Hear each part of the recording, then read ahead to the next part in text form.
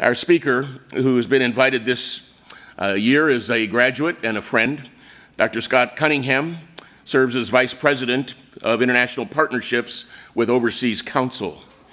He graduated with his THM from DTS in 1980, and during that time his heart was captured by the needs of leadership development for the African church. He and his wife Beth joined SIM and invested 12 years of their lives in the students of the Evangelical Church of West Africa, ECWA, Theological Seminary in Igbaja, Nigeria. Following his PhD work in New Testament studies at DTS in 1993, he returned to Africa to lead an accrediting agency for African seminaries. In 2007, he began training seminary leaders throughout the majority world through the ministry of Overseas Council. He now leads OC's international team of consultants as OC strives to increase the effectiveness of theological education globally. He's married, as we said, to Beth. They have two boys, one married with a granddaughter. They have three boys, and two are married with one granddaughter named Annie, which is one of the reasons he likes coming back to Dallas. Scott, it's great to have you here this week. Before he comes, sitting next to him is Norm Miller. Norm Miller serves on the OC board for many years and was chair of that board and headed that mission, and he is also on our board and has been for a number of years. So Norm, thanks for being with us. He was on our trip to New England. He was at board meetings last week. Norm, I'm going to dinner with my family tonight. You can come too, and we could spend all the time, You just wanted to agree, okay. But that's great. Norm, thanks for all you do for both. Would you join me in welcoming Scott Cunningham?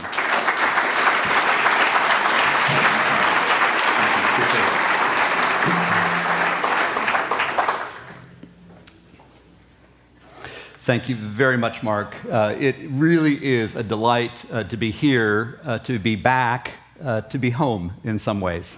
So thank you for your warm welcome and all the preparation that's been done to help us in this week together. I want to share with you this week something that is very dear and near to the center of my heart, and that is what God is doing around the world to build His church, especially in the majority world, and especially through the development of Christian leaders in seminaries in the majority world.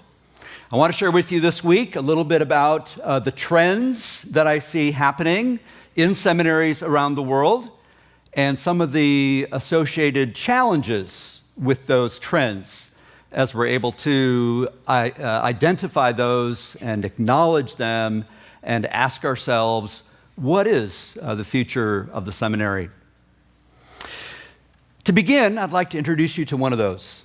The seminary is named FIET, F-I-E-T, FIET, a Spanish acronym for the International Faculty of Theological Education, based in Buenos Aires, Argentina. FIET is the outcome about 20 years ago of the vision and values of Norberto Sirocco. Norberto says this. He says, the important thing is to serve the church where it's at. The important thing is to serve the church where it's at. And so FIET does that. They go to where the church is at, taking the seminary to the students rather than expecting the students to come to the seminary. So they work with local churches. It's a church-based seminary rather than a campus-centric seminary. So they teach the classes in the local churches with FIET mentors, studying the courses and programs that the seminary offers. They also work with groups and associations of churches, denominations, to set up regional study centers throughout the country of Argentina. To serve the church where it's at, it not only means that we go to those to where the church is physically in terms of proximity, but we also serve the church where it's at in terms of its needs for leadership development. It demands a deep understanding of where the church is at and what the challenges are and what the leadership needs are for the church. So it's very attentive and intentional about understanding the life and practices of the church. That value results in a wide diversity of programs that are aimed at meeting particular leadership needs, ranging from more informal discipleship programs to more formal programs, master's degree, for instance, that is offered. Fiat is now actually facilitating a Doctor of Theology program in collaboration with a seminary in South Africa. The seminary offers a number of short, intensive programs to meet particular needs. They've trained over 500 prison chaplains in a short course designed just for that need. They train hospital chaplains in 11 cities in Argentina. They've begun to offer online programs to meet a particular need of the kind of leader who can't come to a residential program. Not only within Argentina itself, but even outside of Argentina, Fiat now operates programs in 11 different countries in Latin America. In Cuba, next year, they'll begin to offer a master's in family counseling in Cuba. Right now, they have begun a doctorate program in Cuba, facilitating that through, again, that South African seminary. This, to my knowledge, is the first evangelical doctorate ever offered in Cuba.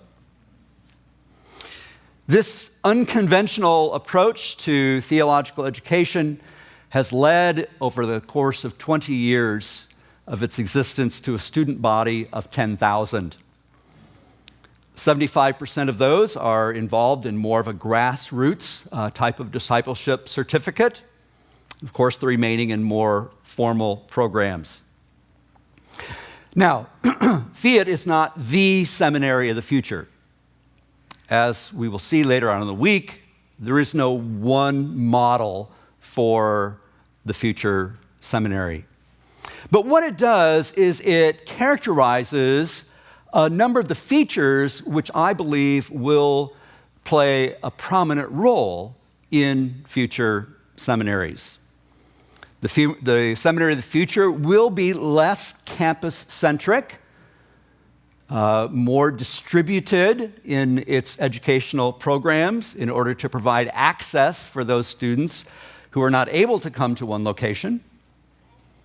The Seminary of the Future will offer a greater diversity of programs to meet particular needs that are in the church for leadership development.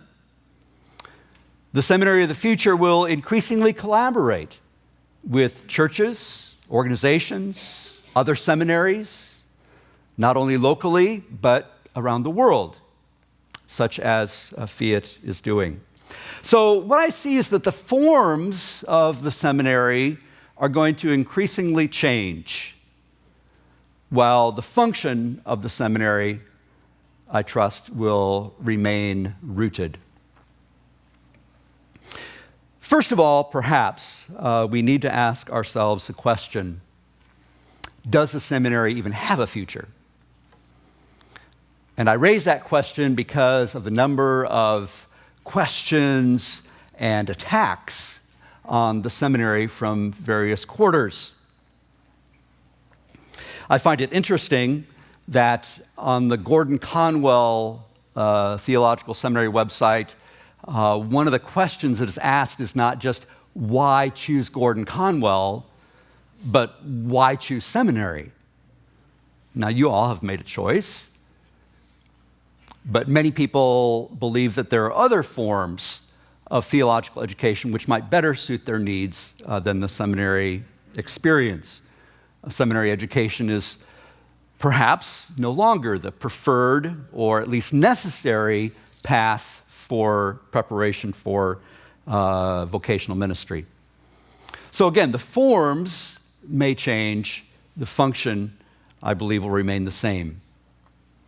But there are these questions, and I think it's important for us to at least acknowledge those questions if not give full responses to the kinds of questions that are being asked. I think these questions come from, or at least are categorized, perhaps in 4 different ways. The first one is the seminary relevant? Now, I like to use the word responsive. Is the seminary responsive? Relevant almost seems like a reaction to me rather than a thoughtful response to the needs of the context. Is the seminary relevant? That is a question that's being asked. I want to tell you a story. The story comes from my friend Bonaventure, who heads up the Biblical Institute of Benin in West Africa. And in the capital of Benin, in Cotonou, there's this place called La Place l'Étoile Rouge, the Red Star Square, built during the time of socialism in Benin when they were trying to promote agriculture. And so you see on that pedestal, that column, a statue of a farmer with his hoe sort of raised skyward there. And Bonaventure tells the story of what he calls a madman who was seen at the base of this column there at Red Star Square. And the madman is looking up and says, Jacob, what are you doing up there? Of course, no response from Jacob. Jacob, what are you doing up there? Come down from there. Come down. You know you can't farm up there in the sky. Well, in my mind, this is the African equivalent of the proverbial ivory tower view of the seminary. That somehow the seminary is disconnected, distant, out of touch with what's really happening on the ground. And so that's the criticism of the seminary. Do we even need the seminary? It seems so out of touch with what's really happening in the life and practices of the church. Jacob, come down from there. Another question, is it really effective? Is it actually equipping, shaping the kinds of leaders that the church needs today? Let me tell you another story from Africa. This is the African church leader who says, we don't like to send our young people to seminary. Yeah, why is that? So, when they go to seminary, they have big hearts, but little heads. You know where this is going, don't you? When they come back from seminary, they have little hearts, but big heads. So the question is, does a seminary shape the kinds of leaders that the church is asking for? Is the seminary relevant? Or is it effective, rather? Is it accessible? This is another very important point for the traditional residential seminary. Do we expect for the student to come to this place? There are not only barriers of proximity, of location, that's one of the barriers, but there are other barriers as well. This particular barrier means that the seminary student, the one who wants the training, must go sometimes great distances, long periods of time. He must leave his ministry, must leave the means of support. Oftentimes he's a bivocational pastor, and so he's leaving that means of support. He may even be leaving his family for long periods of time. Is that what we're asking the student to do? There are obstacles of language in many majority world seminaries. They're being taught in a language that for that student is the second or even third language of that person, not the vernacular that they know. Financial limitations and obstacles. It's very difficult oftentimes in the majority world for the student to be able to afford a seminary education, even with the help of his church and his family. Financial assistance is not as easily acquired in most majority countries compared to what you might find in North America. Academic requirements are also a barrier, as it were. Now, we're talking about formal theological education, and so we would expect that there is going to be a minimum academic requirement for the student to meet. But since the proportion of high school, university graduates is usually less in majority world countries and contexts, then we see that automatically becomes a limitation to the traditional seminary program. So there are these obstacles. Accessibility is a real question. And if students cannot access the education, then that does set up a real challenge for the seminary as it serves the church.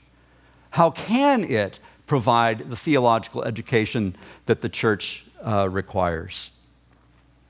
Dr. Ramesh Richard has this citation. This is from an article it was published by the Lausanne movement last month, online. And Ramesh cites this statistic. He says that of more than 2 million pastoral leaders worldwide, only 5% are trained for pastoral ministry. So Dr. Richard asks, how may we quicken the pace of pastoral training, a challenge to formal pastoral training models while increasing the quality, a challenge to the ad hoc, non-formal pastoral training initiatives everywhere. So questions of accessibility are a real challenge for the seminary of the future.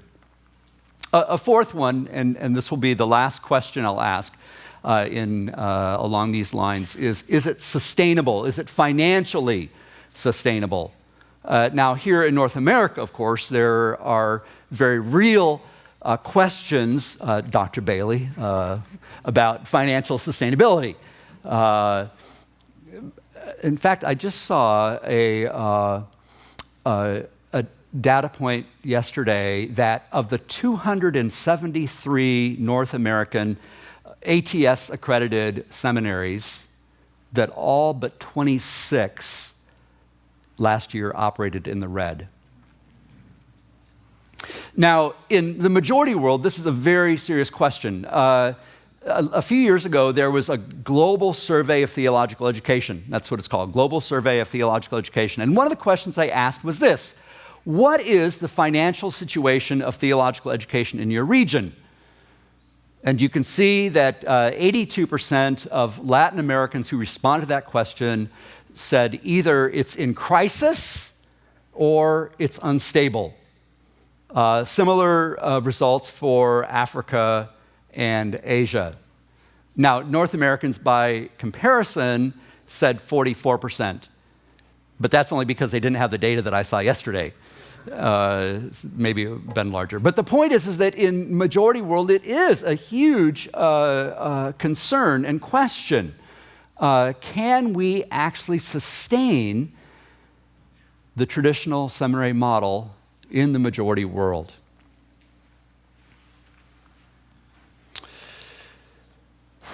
These are very important questions. They're legitimate questions.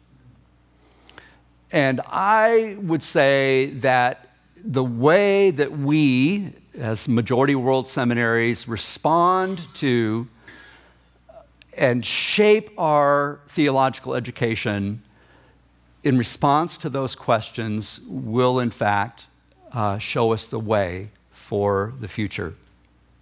How we respond to these four questions. The church will continue to change, but as I said, even as the forms of theological education and the seminary change in response to those changes in context, the function of the seminary remains. The function of discipling the disciplers, of educating the educators, of equipping the equippers. Let's transition here. And now, assuming that the seminary does have a future, even though it may not look exactly like it does now, why would those forms change? What do we see? What are the trends that we see that might indicate why those forms might change and even how those forms might change? And I want to take us to this picture of shifting sands. It comes from an article by Dr. Daniel Aleshire, who is the executive director of ATS, the Association of Theological Schools, which accredits seminaries like Dallas Seminary in North America.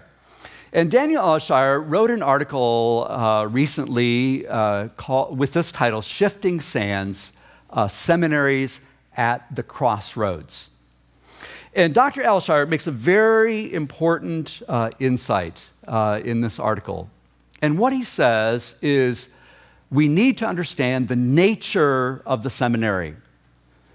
The seminary is a hybrid institution resting on two pillars. It rests on the pillar of the church, and it also rests on the pillar of the academy. And as those two pillars change, then we expect that the seminary will also change.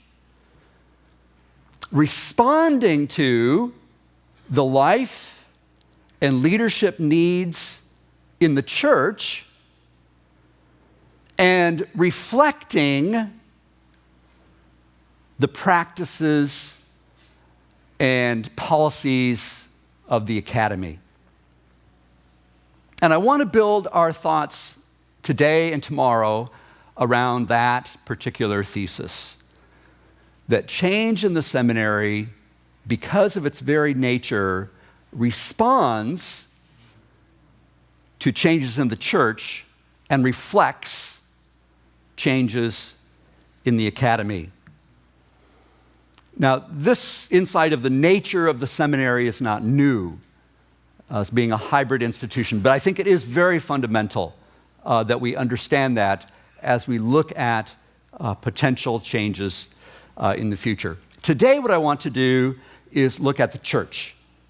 What's happening in the church, particularly in the majority world, and what are the changes in the church that will call for responses by the seminary. And then tomorrow, we'll pick up with the academy and talk about changes in the academy worldwide that we see. All right, let's look then at a few trends in the majority world church that are calling for, that are shaping the future of the seminary in the majority world church. Now, the first is one that you're probably aware of, and that is the shift from the north to the south. The center of gravity of Christianity has shifted from the north to the south. This profound demographic shift is the most significant trend in Christianity globally this past century. It is something that missiologists have recognized, I think, for some time, but it was popularized, and perhaps this is where your own understanding of this comes from, a book by Philip Jenkins called The Next Christendom, The Coming of Global Christianity. So you're probably aware of the overall contours of this change. Now, we don't know exactly when the tipping point was reached. This particular graph, which I think is a fascinating picture, showing the percentage of Christians who live in the north versus those who live in the south from the time of Jesus until 2100, projecting, of course. into the future. And you can see that in the 1500s and so, you'll see a very large percentage of Christians living in the north compared to those in the south. But then you also see this really dramatic growth here in the 20th century, in the 1900s, which shifts the proportion of believers and reaches a tipping point. Perhaps in 1981, where the circle is, if you can't see that date, although we're not exactly sure when that tipping point was reached, but I think now it is virtually certain that the majority of those who call themselves Christians live in the South. The statistics behind this dramatic growth in the 1900s are just mind-boggling. To drill down a little bit, to take the example of Europe in 1910, where 2/3 of Christians globally were European. 100 years later, 1/5 of the Christians globally lived in Europe. So from 2/3 to 1/5 in 100 years.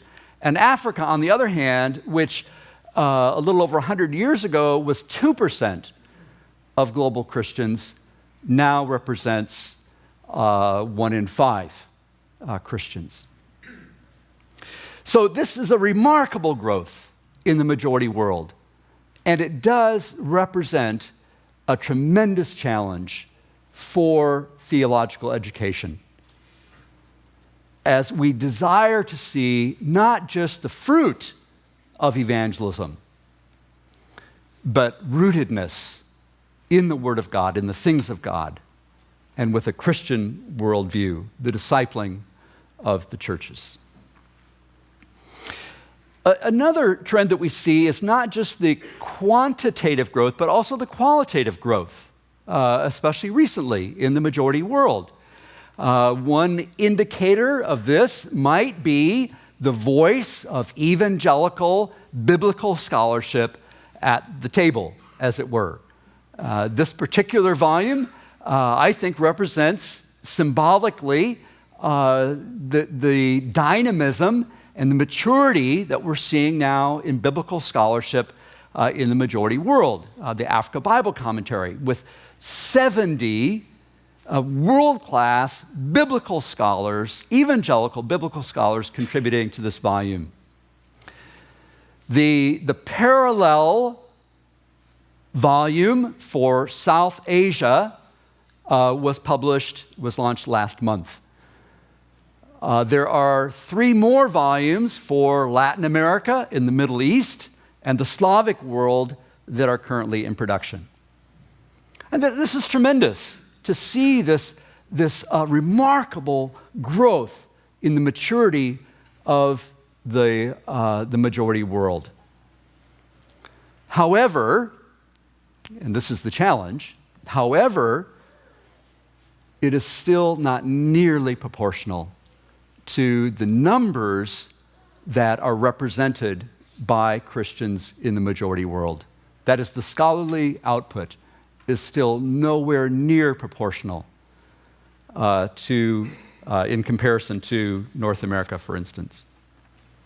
And so there is a challenge for seminaries to continue to nurture a culture of scholarly research and writing and publication that will regularly feed the church and meet the needs at this level of biblical scholarship. A third trend I see is the increasing complexity in the context of church and society that calls for a level of equipping the leaders for the majority world church so that they can respond biblically and theologically to that complexity in the society. We see that in a number of different ways, a number of different examples. I can think particularly of the AIDS crisis in Africa, How do Christians, how does this church think biblically regarding the crisis of AIDS? Is it the result of a curse? How does the Latin America church respond biblically to the role of the church in alleviating human poverty, human need? What is the role of the church? How does our understanding of the nature of the gospel inform our response to that question? What is the role of church leaders in the public square? Do we, as those who brought the gospel to us, tell us that pastors shouldn't be involved in politics? How do we respond to that question from a biblically informed perspective? These are the kinds of complex questions that majority world churches are struggling with. And they deserve and they need the kind of biblically grounded leaders who will be able to reflect with them on the answers to these very difficult questions, but very important questions that are in the church. Let me conclude with this one last trend in the majority world church, and that is the higher levels of education that are in the church. So perhaps when the average Christian had a primary education at best, perhaps the demand for a seminary education was not felt as acutely. But what we're seeing in the majority world is a radical change of the general level of education that is found in the person in the pew. And I would often hear that the academic level of the pastor needs to be appropriate so that they can minister effectively to that educated person in the pew and in the society at large. So let me show you what's happening in the majority world. This is a chart, table, graph, representing the change in 10 years between 2000 and 2010 of young adults 18 to 22 who are participating in university-level education. And so what we see in the developed world, of course, is not much change. A few more percentage points of those that are now engaged in university-level education. But what is amazing, as you look at the bars here representing the other regions in the world, the dramatic change of the level of education. Now, it's still low in comparison to the developed world. But what you see is this rate of increase where in most of these regions, MENA, by the way, is Middle East, North Africa.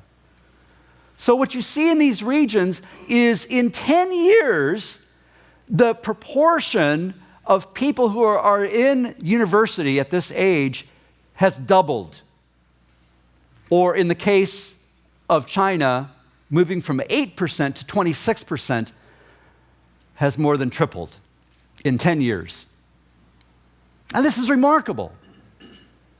And so this is the challenge of the seminary. How can we, as a seminary, prepare leaders who are equipped at this kind of level of education that can meaningfully engage with the person in the pew and the person in the society who assumes that you also have this level of education? Well, let me conclude here this morning. The mission of the church is to serve the mission of God. The mission of the seminary is to serve the mission of the church. And as the church changes, the seminary must deeply understand the life and leadership needs of the church that it serves. And it must intentionally and attentively respond to those needs. May God bless us as we do that. Thank you.